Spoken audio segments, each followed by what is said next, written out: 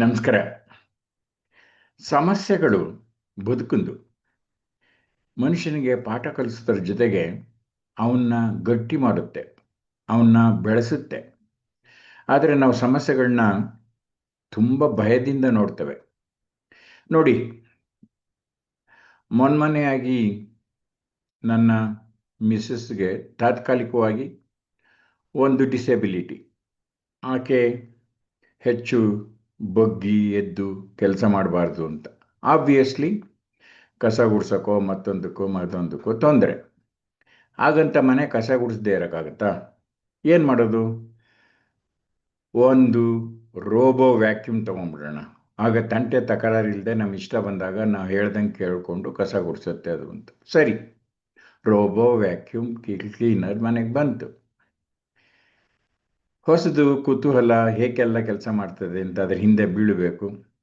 ಸಮಸ್ಯೆ ಇದೆ, ಆತಂಕ. ಈ ಪ್ರಾಯದಲ್ಲಿ ಅದರ ಆಪರೇಷನ್ ಅರ್ಥ ಮಾಡಿಕೊಂಡು ಅವನು ಹೇಳೋದನ್ನೆಲ್ಲ ಜೀರ್ಣಿಸ್ಕೊಂಡು ಅದನ್ನು ಆಪರೇಟ್ ಮಾಡಬೇಕು. ಸೊ ಈಗಿನ್ನು 3-4 ದಿನ ಆಯ್ತು ಅಷ್ಟೇ. ತುಂಬ ಚೆನ್ನಾಗಿದೆ. ಅದನ್ನು ಆನ್ ಮಾಡಿದ್ರೆ ನಿರ್ದಿಷ್ಟವಾಗಿ ಯಾವ್ಯಾವ ರೂಮು ಅಂತ ನಾವು ಅದಕ್ಕೆ ಮೊದಲೇ ಹೇಳಿಬಿಟ್ಟಿರ್ತೇವೆ. ಆ ರೂಮ್ಗಳಿಗೆಲ್ಲ ಹೋಗಿ ಕ್ಲೀನ್ ಮಾಡ್ಕೊಂಡು ಬರ್ತದೆ. ಆ ಗಲಾಟಿನಲ್ಲಿ ಅದು ಪಡುವ ತಾಪತ್ರಯ ನೋಡಿದಾಗ ನನಗನ್ಸಿದ್ದು, ಅಲ್ಲ, ಇದನ್ನ ಮ್ಯಾನುಫ್ಯಾಕ್ಚರ್ ಮಾಡಿದವನು ನನ್ನಂಥ ಒಬ್ಬ ಮನುಷ್ಯ. ಇದು ಇಷ್ಟೊಂದು ತಾಪತ್ರಯ ಪಡುತ್ತೆ, ಅರ್ಥ ಆಗಲ್ಲ.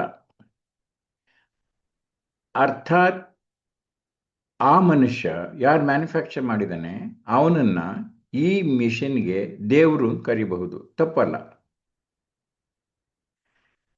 ಅಂದರೆ ಆ ದೇವರಿಗೆ ಅಥವಾ ಯಾರು ಮ್ಯಾನುಫ್ಯಾಕ್ಚರ್ ಮಾಡಿದ್ದಾರೆ ನನ್ನಂಥವ್ರೊಬ್ಬರಿಗೆ, ಅವ್ರಿಗೆ ಸರಿಯಾಗಿ ಗೊತ್ತು ಇದನ್ನು ಹೇಗೆ ಕೆಲಸ ಮಾಡಿಸ್ಬೇಕು, ಇದರ ಹತ್ರ ಎಷ್ಟೆಲ್ಲ ಕೆಲಸ ಮಾಡ್ತದೆ, ಇದರ ಲಿಮಿಟೇಷನ್ ಏನು ಅಂತ. ಏನೇ ಕೆಲಸ ಮಾಡಿದ್ರು ಆ ಮೆಷಿನು, ಇನ್ನೊಬ್ಬ ದೇವರು ಇದನ್ನಲ್ಲ, ದೊಡ್ಡ ದೇವರು, ಅವನೊಂದು ಮೆಷಿನ್ ಕ್ರಿಯೇಟ್ ಮಾಡಿದಾನಲ್ಲ ನಮ್ಮಂಥ ನಿಮ್ಮಂಥ ಮನುಷ್ಯರನ್ನ. ಆ ಮೆಷಿನ್ ಮಾಡಿದಷ್ಟು ಕೆಲಸವನ್ನು ಮಾಡ್ಸೋಕ್ಕೆ ಈ ಚಿಕ್ಕ ದೇವರು ಈ ಮೆಷಿನ್ ಮಾಡಿದ್ನಲ್ಲ ಅವನಿಗಾಗಲ್ಲ ಅನ್ನೋದು ನನ್ನ ಅನಿಸಿಕೆ. ನೀವು ಚಿಂತನೆ ಮಾಡಿ, ಬಹುಶಃ ನಿಮಗೂ ಅರ್ಥ ಆಗ್ತದೆ. ನಾನು ತುಂಬ ಚೆನ್ನಾಗಿ ಈ ಮಿಷಿನ್ ಆಪರೇಟ್ ಮಾಡೋಕ್ಕೆ ಬಂದುಬಿಟ್ರೆ ಇಷ್ಟೊಂದು ಕಷ್ಟ ಇರಲ್ಲ.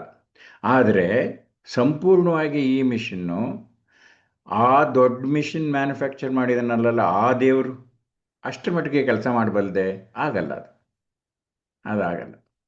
ಸ್ನೇಹಿತರೆ, ನಾವು ಮಾಡಿರೋ ಮೆಷಿನ್ನು ಯಾರು ಮ್ಯಾನುಫ್ಯಾಕ್ಚರ್ ಮಾಡಿದಾನೆ ಅದರ ಫುಲ್ ಆಪರೇಷನ್ ಗೊತ್ತಿರೋನು ಆಪರೇಟ್ ಮಾಡಬಹುದು. ನಮಗೆ ಅದು ಗೊತ್ತಾಗಬೇಕಾದ್ರೆ ಈ ಥರ ಕಷ್ಟ ಸುಖಗಳನ್ನ ಹೆದರಿಸಿ ನಮ್ಮನ್ನು ನಾವು ಸರಿಯಾಗಿ ಅರ್ಥ ಮಾಡ್ಕೋಬೇಕು. ನನಗೆ ಇನ್ನೊಂದು ಸ್ವಲ್ಪ ದಿವಸ ಆಗಿಬಿಟ್ರೆ ಈ ಮಿಷಿನ್ನ ಕಷ್ಟ ಸುಖ ಎಲ್ಲ ಅರ್ಥ ಆಗಿ ಈ ಮಿಷಿನ್ಗೆ ಸಂಪೂರ್ಣ ದೇವರಾಗ್ಬಿಡ್ತೀನಿ ನಾನು.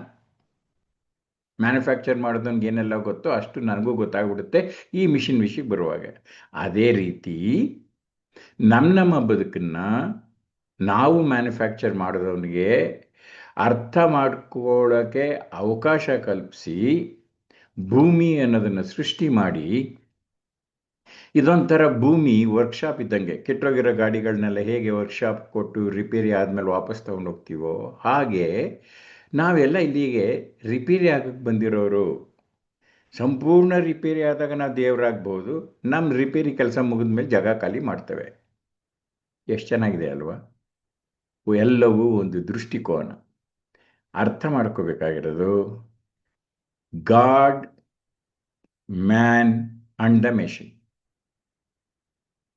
ಮೆಷಿನ್ಗೆ ಸಂಬಂಧಪಟ್ಟ ಹಾಗೆ ಮ್ಯಾನು ಗಾಡು, ಮನುಷ್ಯನಿಗೆ ಸಂಬಂಧಪಟ್ಟ ಹಾಗೆ